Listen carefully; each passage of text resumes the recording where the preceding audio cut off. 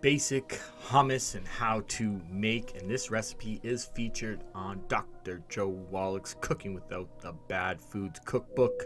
And the star of hummus is chickpeas. I use 1 can, rinsed and drained, and I'm just checking the ingredients to see what they preserve the chickpeas with in the can. Make sure they have no extra additives.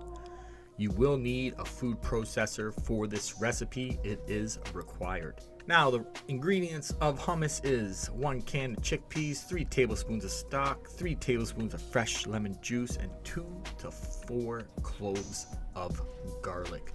Now, you are just going to peel your garlic and leave them whole.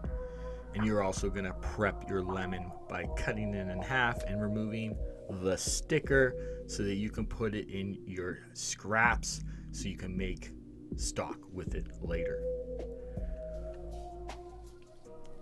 Now, the first thing I realized when I came to using my food processor that it was too small to actually put the whole can and all the ingredients in and mix it, so I had to break it into 2, and I just go through the process of it twice. You will add all your ingredients to the food processor, and then you will start to puree it.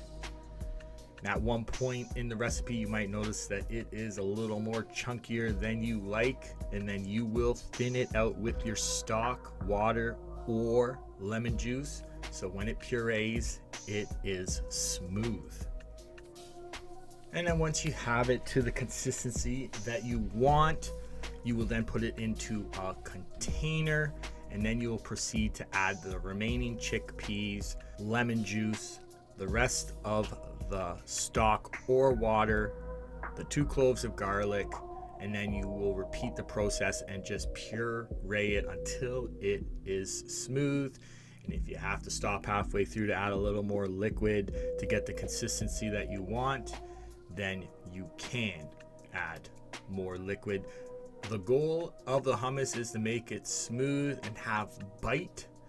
And once you have all your ingredients in the food processor for the second time, you will just puree and mix all the ingredients together until it is a thick paste. If it is too thick, then you will add more stock, more lemon juice to smooth out the consistency in the hummus. Now, if you like a chunkier hummus, then don't puree it as much.